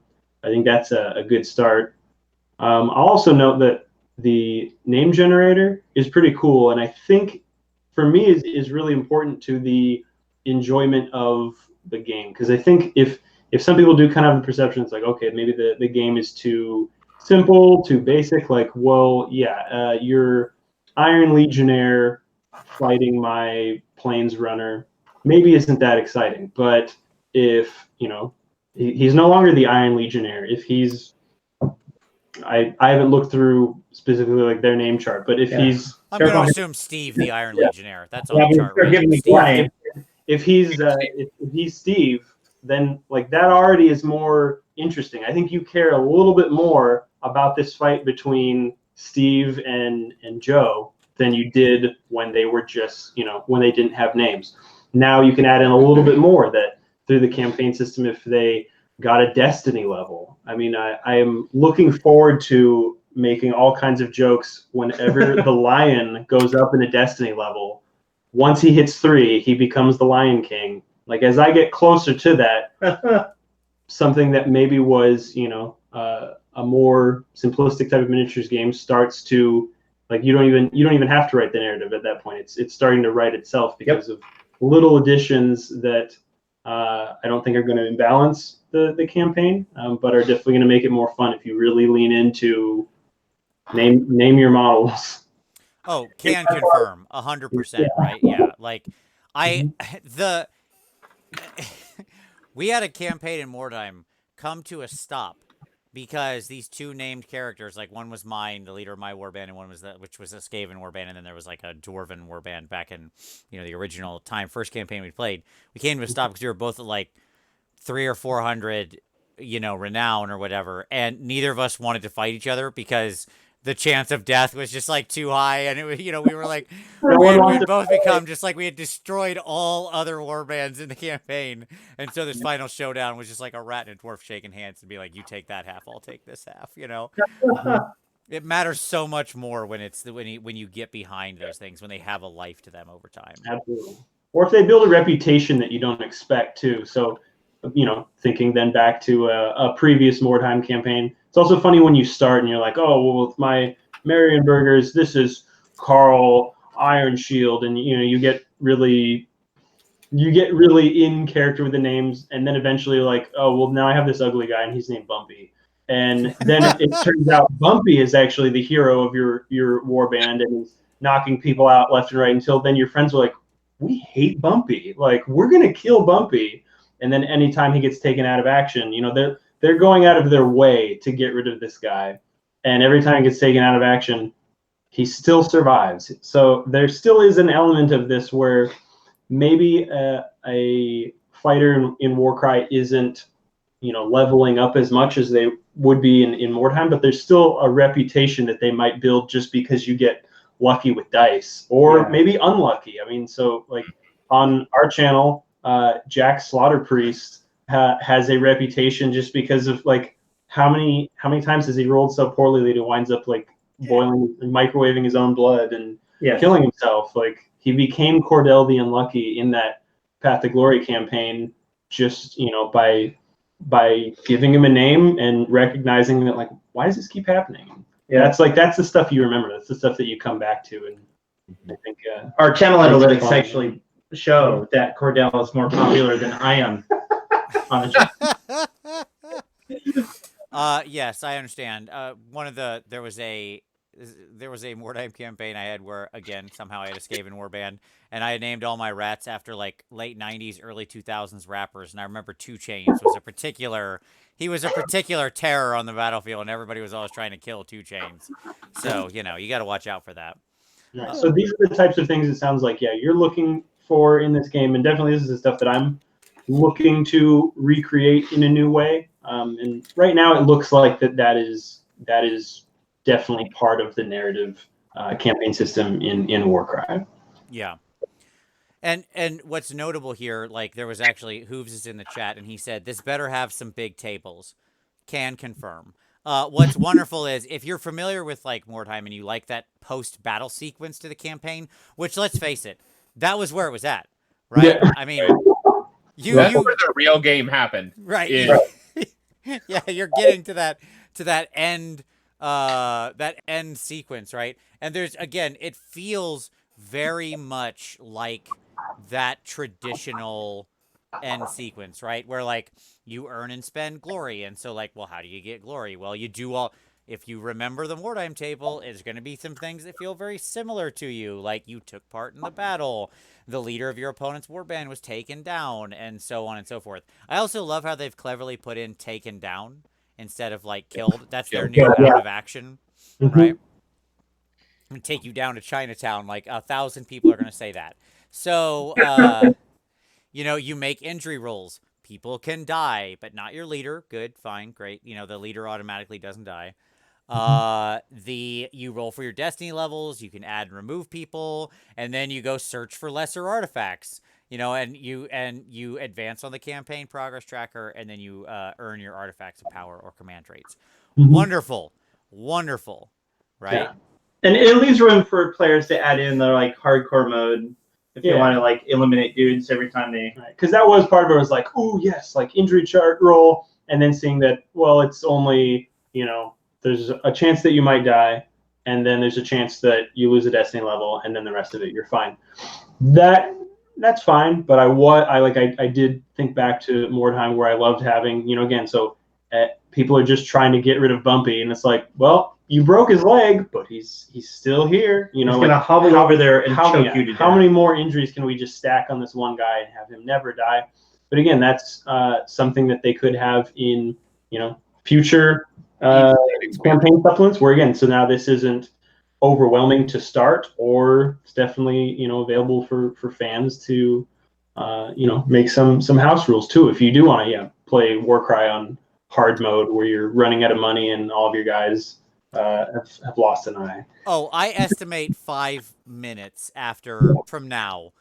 Probably because I'll do it, but at some point where a full injury table comes out. Because like the current injury table is pretty simple. In fact, Tom, let's dig up that Mordheim physical and mental injuries table. I already pulled up the file. Please. I'm ahead of you. We just got to change the rules to be Warcry appropriate, and we're good to go on that one. Bumpy also rolled against the odds on the table. Just made everybody upset. Yes, I love a good injury roll. I love like everything about what you're doing. I love the fact that you get to search for these things and the balance of the artifacts between like consumable and perishable and how those go away. It's exactly what you said. It's not like this.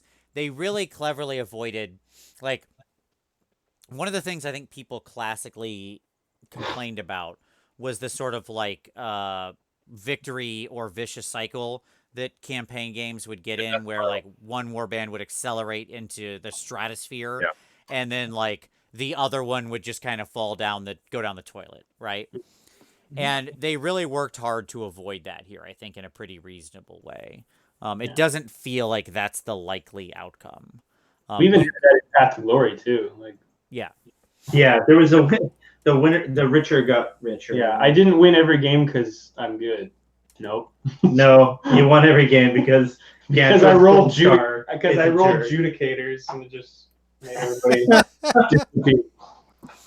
I will also say I'm happy to see the return of the D66 tables. Good. Yes. Thumbs up. The 2 magic item tables that are there, those are good. They're not bad. They got a nice little selection on them. I'm going to need to see the larger tables. So these are good starts. Now let's get into the expanded territory. I'll go through a brief time on that, and then I want to see like the 52 expanded treasure tables. That's what I'm looking for. Let's get it all out. Rolling in table after sub-table. Yes, do it. Yeah. Okay. I'm hoping they keep it weird.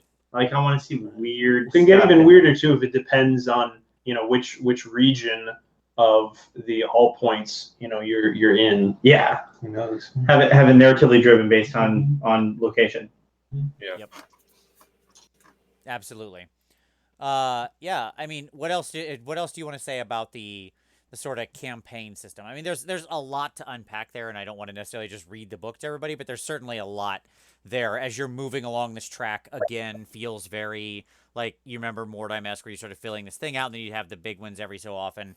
This is very much feels the same, where you're going along this little like, you know, track to filling out the campaigns that you've personally achieved and so on. But what else did you want to break into? Well, Destiny levels seem to be the biggest part of that, since you don't have a whole lot of progression, you know, outside of, like we said, you know, perishable magical artifacts. Destiny levels will stay on you unless you roll on that injury chart and you lose one. Getting, you know, potentially, if you're at maximum Destiny, 3 rerolls a game, especially since these games are so quick, like that sounds like it'll be pretty awesome. Especially then when you add in the narrative of like, this is the chosen planes runner, like the worst guy in the warband somehow has you know, risen to glory, and still has a good chance of then just getting killed and, you know, having whatever destiny was laid out for him completely erased. Like there's, it's a nice in-game benefit, but I'm more excited about the narrative of bragging about like this guy has been favored by the gods. Yeah, leave the lucky reroll Yeah. one dice. You roll one. Yes. I'll say besides the like what the character stats will be in AOS, like what the Iron Golem stats will be under Slaves of Darkness or whatever it is. This is what interests me the most, the narrative. Right.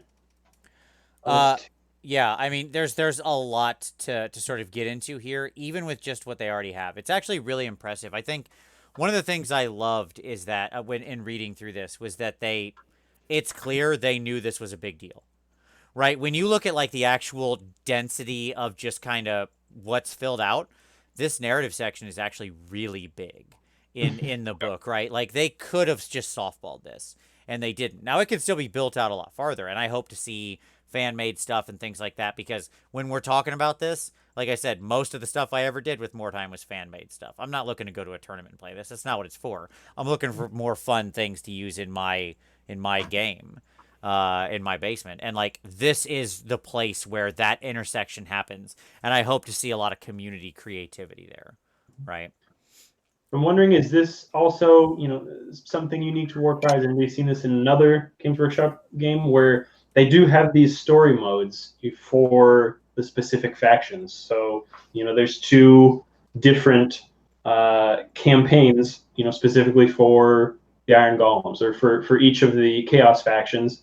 And then I think there's one campaign for each of the non-Chaos factions. But like, again, they have specific artifacts of power and command traits and scenarios for playing a story where they've, it gives you, a basic narrative of what are the Iron Golem trying to achieve in this story. And then you can amend that any way you want, but at least just already having, like I was saying, like a story mode. Is that something anybody's seen in another Games Workshop game? I haven't. No, not specifically, and I really dig it. I think it's very, very good. Again, it's just very creative, good design. So, yeah. And with that, like, it's fascinating to me when I think about it, like the opportunity to like release a new setting, right? Like a new narrative, like box campaign, Warcry box. Like, for example, the gladiatorial arena that was gifted to Malarian that was just talked about in the most recent White Dwarf. Sure. Right. And with like 10 separate specific story arc quests that warbands can embark on. Yep. I right. think, the Warhammer quests, they were like story modes, like Silver Tower, and I know the Hammer Hall, the second one, was it wasn't random at all. It was like that was a DM, and you go through the story. Oh yeah, it's a good call. Yeah. That's true. Yeah. Want to mention just another thing too. I'm still trying to look through the lore and figure out more about this, but they do talk about the Reaver city of Karngrad. The way, at least what I've seen, the way it seems like it's described, and we'll rely on Doug to make sense of it later. But it does seem like it is a chaos city. Like it is a sort of Mordheim type of city where, yeah, it's a corrupted, horrible place with cutthroats, but like it is a thriving, functioning city. It's just a really horrible city to be unless you worship chaos. And I also feel like we haven't really had much like that. So as far as making narratives, I feel like Warcry is introducing new opportunities to tell stories that are about, chaos characters that are maybe a little more relatable, because it's not just like the giant iron fortress where like it seems like nobody actually does anything. They just stand there and make weapons or whatever. It's like, no, this is actually like a city where there might be plots and stories like really, really happening. And a few of these stories, like this one for the Corvus Cabal, is saying that this is the Cabal warlords trying to control sections of Karngrad. So I think there'll be a lot of cool story opportunities there. And I love an evil city. Like, D&D had a city, Skullport, famously, that was, underground in the Underdark, and I always loved that concept. I remember there's a pirate city up north. Its name eludes me at the moment, but same deal there in the realms. That kind of stuff. Evil cities are fun. Where, like, yeah, everybody's bad, but it still functions. Like, there's still some kind of trade, but there's lots of, like, crime and violence and everything, but it's still getting along, right? Still need farmers, and people's got to eat, Yeah. Yeah. No, just bits of armor. They don't do anything. Well, yeah, I mean, like, I think once you sort of ascend up to like chaos warriorness, it's like the way there's a story, there's a short story in Laughter of the Dark Gods, which was a decent-ish book of fiction, but this story was really good.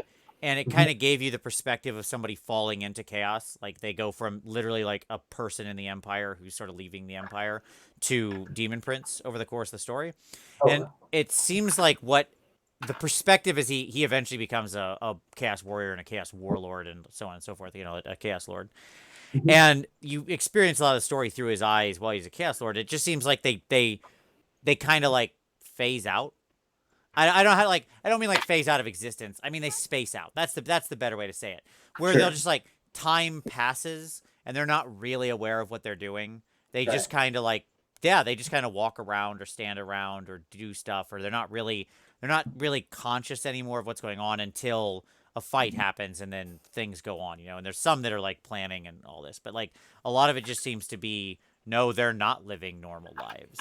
But these guys are still marauders, right? Like all these people, if you look at their AOS rules, they're just chaos marauders with an extra special ability tacked on them. This is cool. This is like the before that phase. Yeah. Before you become a soulless automaton of chaos. Right. Are you some sneaky cutthroat in this new city? Chaos has like this weird under like bell curve where you start out as a sentient sort of person who knows what the heck they're doing. You go through, you become just like a complete automaton, and then if you ramp back up the other side, you get your individuality back again, right? Like that's and then you become a demon god, And or at least you convert to a spawn on your way up. Vince, you said my trigger word. I'm sorry, man. Marauder. Back in the 90s, there's this box they released called this is a funny story. I just want to share it with you. Sure. They released this box of miniatures from Marauder Miniatures. So we're talking old stuff here. Yep. Called Chaos Thugs. And in there was this super BA boss with this giant mohawk flopped back and this huge sword that was the size of a hot water heater. And he had like a flintlock pistol in the other arm and one nylon on a leg. You know, he's a Chaos Thug. And then in the warband with him, I mean, there's 8 miniatures in the box. And then there was like a dude with a bow and a guy with a flute. I don't remember what they had, but they were like, they just brought whatever it was. They dressed themselves that morning. Let's just say Sure. They're true chaos. Yeah. Where would you feel today, man? You could do it. So I got those guys and I painted them lovingly. I'm like, I'm going to get out there and crush fools. And then my friend stacked up Ruglad's Armored Orcs. Like remember the original group, the little Gretchen holding a knight armor on a stick, and that was their standard. And they shot my Chaos Thugs to pieces at 18 inches or whatever. Just every one of them vaporized in a single round of shooting. I'm collecting my beautiful miniatures from the table. I'm thinking to myself, never again. Never again will I be tricked into pseudo chaos marauders. Well, and I'm sorry to tell you, it's happened. Get me a box. I think what we need to do is we need to find the Chaos Thug models on eBay, and you need to use them as your Warcry warband, and you need to finish what you started. By the way, the last Stormcast, the designer that they interviewed was the head of the Marauder Miniatures subgroup within GW. He talks about the thugs. Oh, really? That's cool. I'll have to go check it out. No, they were a married couple, right? Or maybe they weren't married at the time and got married. I don't remember the exact story. I don't. He shares some of the story of like the early days. Basically, it was just like they kind of said, "You're this thing now. You go do this," and it was like a prototype of Forge World. And it was just they were on their own, did whatever the heck they wanted. They sort of had like a reporting chain, kind of, but not really. So they just did whatever the heck they wanted. And, Yeah. Nice. So there you go. Yeah. So he shares a bunch of stories from the early days of Marauder Miniatures and specifically calls out the Chaos Thugs as one of his favorite kits he ever made. So, nice. That's amazing. Well, I have to admit, like Marauder Miniatures knocked out of the park with their lead Acolyte, which is still the Acolyte model on GamesWorkshop.com. Well, that thing has longevity to it. Let me tell you. Some things endure. All right. So I was going to say, here's an exercise. Does anyone have a D10 handy? I have to hand in my gamer card because I don't. I got you. You got one? Okay, because we could try out one of the name tables if we want. Let's do it. Oh. Absolutely. I would like you to generate Tom's name. Tom personally, his name. Go ahead. Give us Tom's my new name. This is Tom's new name. Go for it. Do we know what faction Tom is from? Tom seems like a snake squeezer. All right, then here we go. Where'd they go? Snake squeezer. I think he just might have permanently coined them. Well, his first name is Ilthis. And Ilthis? Ilthis Varashma. All right. Not as funny as I was hoping. Not but he also gets an origin. How about you go Iron Jaws? Oh, okay, let's go to Iron Jaws, right. All right. Okay. I was about to say Ilthis Snake Squeezer Yeah. If we just go for, Ilthis Varathis, the Snake Squeezer, I think that's appropriate. Okay, we got a 3. So we're starting with Scrug, off to a good start. Yes. And then last name, we got 9. Scrug Bone Cruncher. Nice. But specifically, what's his origin? That's what we want to know. Or this is from the Warband. Oh no, so let's do this. Yep. So he's a berserk lunatic. Means he does not stop hacking at his foes until they are piles of splattered meat. Which sounds like everywhere, but that's just an example of. But Scruggs has it good. Yeah, he's figured out the best way to turn people into goo. That all feels very appropriate. I'm in with that. We know he'd be a prophet because he's always predicting things. Ooh. Is there one of these on here? Yeah. Brutal but cunning. All right, gentlemen. As we let's bring us to a close here. Is there any final thoughts you have on Warcry you want to share? Jack, start us off. Any final thoughts you want to wrap us up with? I love it's a quick game. I think I don't think not everybody got what they wanted. Like more people wanted more time. They got something close. People wanted a really competitive game. They got something close. And I think if you give something where not everybody's satisfied a little bit and not everybody's pissed off, I think it's a good game. And I also want to take this time to thank both of you guys, because you guys are you do tremendous stuff for the community. Like you guys you don't even know, you helped me and my brother get back into the game when we were lost, and we found you on YouTube. And I just want to say thank you. Well, you're welcome, buddy, and I'm very glad to hear that. Yeah, you guys have been a regular rotation for me. You, Hooves, I'm glad to hear Hooves is back. Doom and Darkness, my three regulars for sure. Rock and roll, gentlemen. Any final thoughts on Warcry? Anything you want to share, Brent? Shu? I think Jack summed it up actually really well. Yeah. Let's see how it plays out. Once everybody gets the game in their hands, starts playing through the campaign, and really see how everybody feels, and then kind of look forward. Like if we feel pretty good about that, then I think there's a lot to look forward to in the future from new supplements and campaign stuff. Yeah, we're gonna put it on our channel for sure. It won't take the place of AOS, but it will be a part of our channel for a while. It's a great opportunity to yell at each other, make stupid jokes, and roll dice. There you go. So, yeah, that's kind of all we do anyway.